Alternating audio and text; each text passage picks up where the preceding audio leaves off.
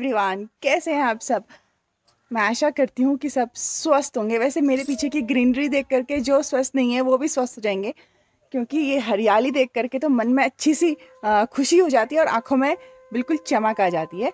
तो आज है ये अधिमास वाली जो पूजा है उसका पारायण और महाभोज।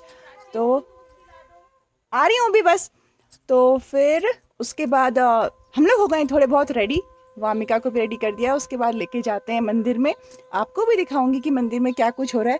थोड़ी बहुत रेडी हो चुकी है मेरी वामिका चौबे। जोर से। तो हो जाते हैं पहले पूरी रेडी अपने आउटफिट में, यानी कि जो हमारा यहाँ का पारंपरिक परिधान होता है, रंगीली पिछोड़ा पहन करके फिर जाते हैं मंदिर। जो कुछ बचा हुआ सामान है वो भी लेके जाना है। वैसे तो सारा का सारा सामान पहले से ही पहुंच चुका है, प्रसाद वगैरह, और लेके जाते हैं। वहाँ कथा ऑलरेडी स्टार्ट हो चुकी है। हम लोग ही लेट हुए थे क्योंकि वामिका उठी नहीं थी। अब जाते हैं, आपको भी दिखाते हैं वो सब कुछ। मीनू जल्दी आओ, पूजा शुरू हो गई है। जल्दी जल्दी चलो भाई। बाबू पूजा शुरू हो गई, चलो हम चलते हैं इसको। चलो फाइनली हो गए हैं तैयार। वामिका को बिना कुछ खिलाई पिलाई हम लोग ले जा रहे हैं मंदिर। खा ही नहीं रही है, पता नहीं क्या ही हो गई है, इसकी भूखी मर गई है। ये तैयार की है हमने आरती की थाली। वामिका को लेकर प्रिया वैसे ही नीचे चले गई है। अब मैं आपको यहाँ से ही दिखाती हूँ मंदिर। तो यहाँ से आपको थोड़ा थोड़ा सा मंदिर दिख पा रहा होगा, इन पेड़ों से मंदिर ढक गया है। रास्ता ऐसा हो रहा है ना, मुझे बड़ा डर लग रहा है। सियाला हो रहा है रास्ते में। जय हो माँ भगवती की।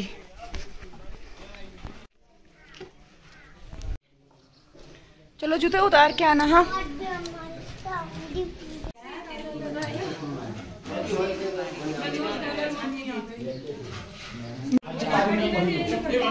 और यहाँ पर हमारे बड़े भैया और बाकी सब जो पंडित लोग हैं वो सब ब्रह्मांड दान की तैयारी कर रहे हैं। मालपुए हमने बनाए थे, उनको डालेंगे 2 कांसे के कटोरों के बीच में और फिर उसको इस लाल कपड़े से बंद कर देंगे। वो एक ब्रह्मांड का रूप ले लेता है और इसका दान दिया जाएगा पंडित जी को।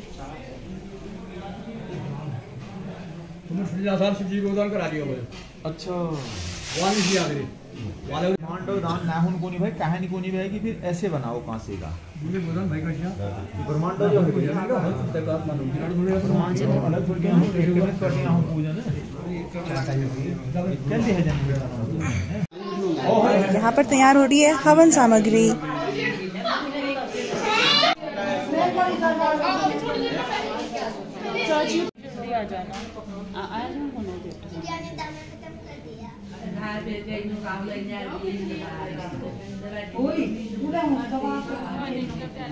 लिया उसने, सब घपका लिया। चुप, चिड़िया दाना चुग रही है ना चिड़िया।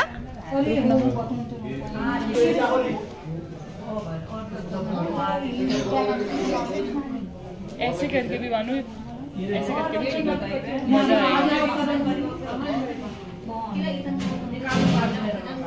अब बिल्ली की तरह खाओ। चिड़िया दाना चुगने ही वाली है, जल्दी चिड़िया दाना चुगो।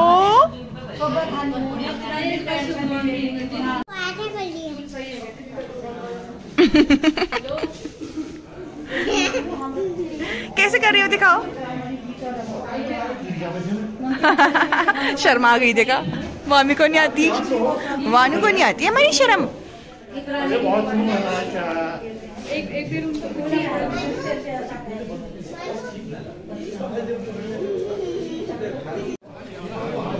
और अब होने वाला है हवन। सारे पंडित जी लोग जो भी हवन में बैठेंगे वो बैठ चुके हैं।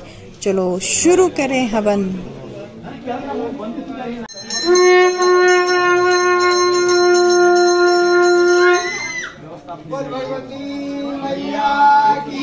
जय जय।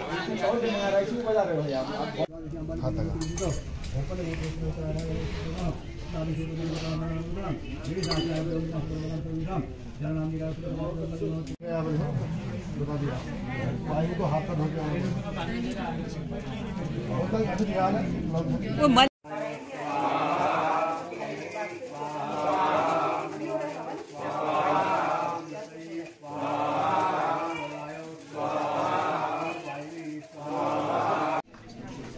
और ये हवन की अग्नि बहुत पवित्र होती है। इससे हाथ पैर सेकने से हाथ पैरों के जो दर्द होते हैं वो हमेशा के लिए गायब हो जाते हैं। इसीलिए सभी लोग यहाँ पर हाथ पैर सेकने के लिए आ गए हैं।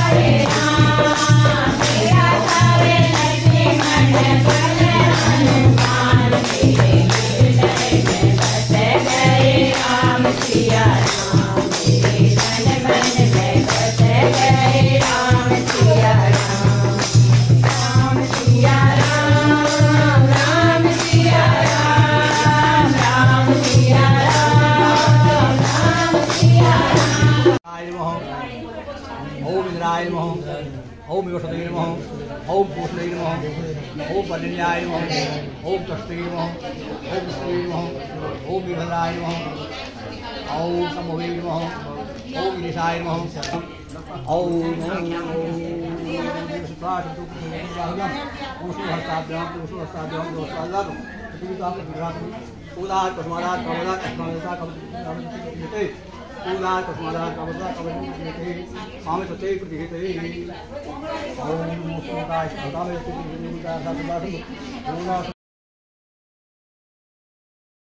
बताया कि दिमाग आ गया था, सब प्रकार से उसका अपमान होने लगा, उसकी अवहेलना होने लगी, तो अधिकमास बड़ा दुखी होकर के अपमानित होकर के रोने लगा, भगवान की शरण में चला गया। तो विष्णु भगवान के पास जाकर के कहा कि उसने महाराज न तो मेरा कोई नाम है, न कोई मेरा परिचित है, न मेरा कोई देवता है, न मेरी कोई जगह है, मैं कहाँ जाऊँ। तो अधिक मास को विष्णु भगवान ने भगवान पुरुषोत्तम के पास में पहुँचा दी। पुरुषोत्तम मानो भगवान श्री कृष्ण के पास में पहुँचा दी। वहाँ जाकर के उन्होंने बताया पुरुषोत्तम भगवान को, कृष्ण भगवान को, यही भगवान ने इस प्रकार दुखी होकर के मेरे पास में आया था, इसकी रक्षा करनी है। तो भगवान ने उसी समय उसके ऊपर कृपा करके उसको अपना नाम दे करके इस अधिक मास का नाम पुरुषोत्तम मास रख दिया। जैसे अधिक मास को एक नाम कहिए पुरुषोत्तम मास। तो अधिक मास आया कहाँ से? महीने में एक क्रिया पड़ जाती है, कभी द्वीप कभी द्विवापोष कभी द्वितीय एकादशी। एक तो पूरी हुई, जो बढ़ गई वो बढ़ गई, एक आज बढ़ गई, अगले दिन बढ़ गई, अगले दिन तो पूरे 3 साल में 1 महीना पूरा निकल जाता है। तो अधिक हो गया वो, तो इसलिए उसका नाम अधिक पड़ गया, अधिक मास। और कहाँ से आया? तिथियों से शेष बचा होगा उसको कहते हैं मल। शेष बचे हुए को मल कह दिया तो उसका नाम पड़ गया मल मास। तो अधिक मास करके उसकी निंदा की, मल मास करके उसकी निंदा की। तो भगवान ने उसको कहा कि तुम किस प्रकार की चिंता मत करो, मेरे शरण में आ गए हो तो उसको सब प्रकार से मैं पार करता हूँ, तुम्हारा नाम पुरुषोत्तम रहेगा। और वहाँ पर भगवान ने वचन दिया उसको, जो तुम्हारी इस प्रकार से निंदा करेंगे, तुम्हारा अपमान करेंगे, उनकी बड़ी दुर्गति हुई। भगवान ने कहा मैं उसकी बड़ी दुर्गति करूँगा। और वहीं पर उसका फल भी उन्होंने दिया।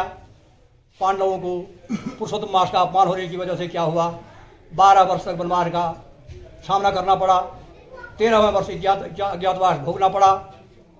तो उसके बाद भगवान श्री कृष्ण उनके पास में पहुंच गए, उनके जो साथी थे। तब उन्होंने कहा कि महाराज देखो, तुमने इस प्रकार से पिछले दिन में अनजान कारणों से पुरुषोत्तम मास का अपमान कर दिया था।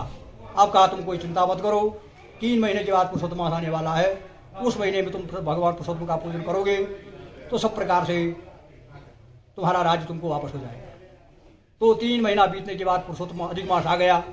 तो उस अधिक मास में सब पांडवों ने और द्रौपदी ने मिलकर के अधिक मास में पुरुषोत्तम के नाम से उनका पूजन किया। तो भगवान पुरुषोत्तम की ऐसी कृपा हुई, उनका छिना हुआ राज्य वापस हो गया और सब प्रकार से उनकी सारी मनोकामनाएं पूरी हुई। तो औरों ने भी किया था इसी प्रकार से। जिसने भगवान पुरुषोत्तम का अपमान किया उसकी बड़ी दुर्गति हुई।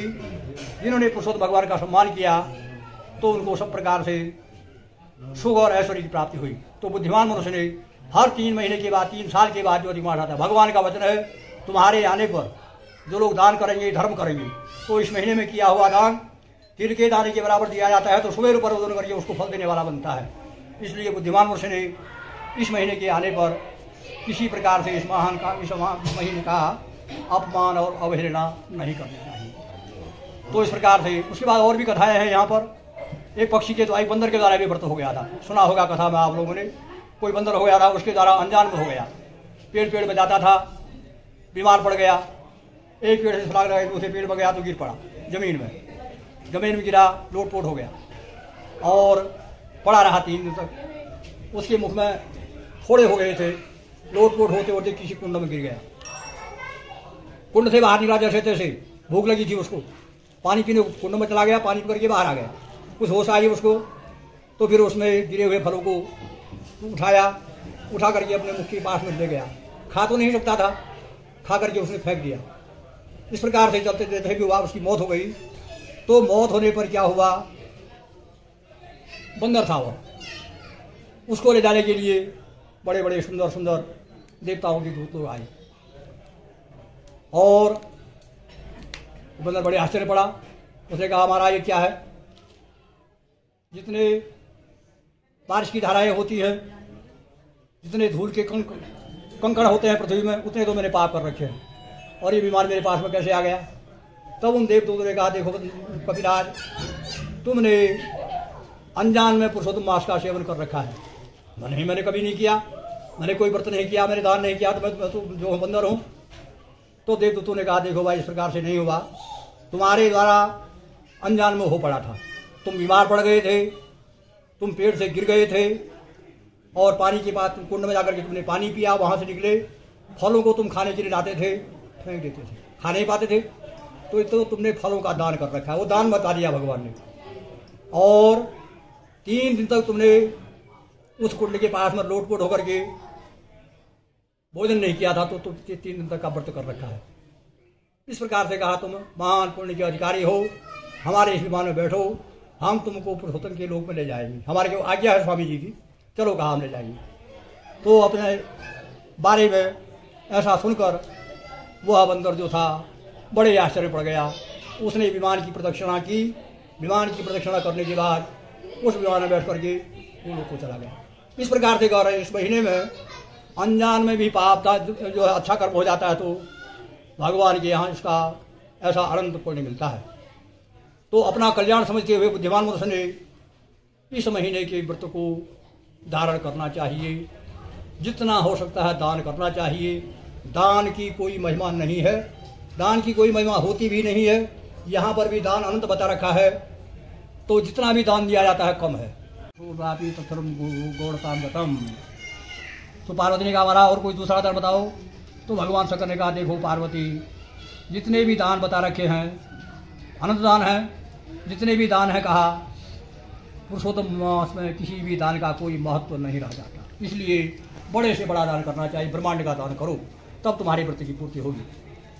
पुरुषोत्तम माने से मूर्ति है तवे ब्रह्मांडम सब प्राकार दे मंगले न सक्यम तत्व येना पे दातुम वा विवरा रे। देखो पार्वती का बता दो, इतना इस पुरुषोत्तम मास के आने पर ब्रह्मांड का ही दान करना है, लेकिन कोई नहीं दे सकता।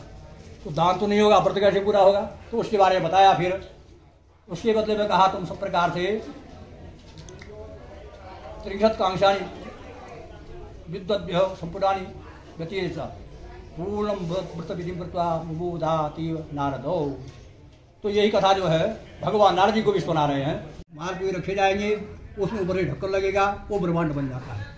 तो इस प्रकार से ये दान करो तो तुम्हारा व्रत पूर्ण होगा।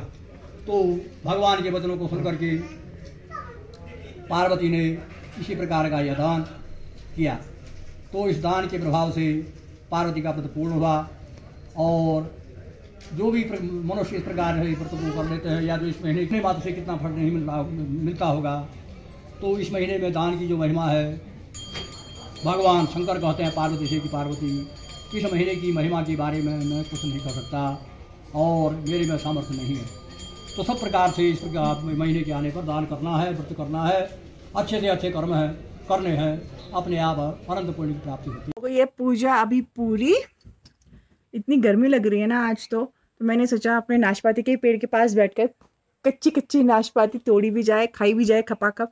अब मैं आपको एक खास चीज़ दिखाती हूँ, और ये कौन है ये मैं नहीं बताऊंगी, ये बताएगी मेरी बेटी वामिका। एक है ये, एक और दिखाती हूँ, ये है एक और एक है ये। तो ये कौन है? चलो वामिका इससे भी पूछते हैं। ये कौन है ये दोनों? पापा और मम्मा। कौन से है पापा बताओ? ये वाले। और मम्मा? ये वाले। आप नहीं हो क्या इनके साथ? इनकी शादी में आप नहीं गए थे? नहीं। क्यों? अब मंडे है ना मेरा। मंडे था उस दिन? ओह, लेकिन आप हो कहाँ फिर? अब तो हो गए हो आप। ये दिखाओ दिखाओ दिखाओ दिखाओ। ये फाइनली हो गई है। तो फाइनली ये हो गई वामिका चौबे। पापा मम्मा और वामिका चौबे। पापा मम्मा के था। ओ कौन गिर गए? डैडी। नो, कौन है वो? ध्यान से देख के बताओ कौन गिरे हैं? पापा। पापा को उठा दो। पापा मम्मा को ही देखते रहेंगे क्या? वामिका को भी उठाओ, जल्दी मामा के पास रख दो। मम्मा का विकेट गिरा दिया वामिका चौबे ने। बीच में आ गई वामिका चौबे, मैं ही बात करूंगी कहते हुए। जल्दी आप दिखाओगे क्या? ये नाव पानी। नहीं तो हम तो आपका डांस देखेंगे आज का।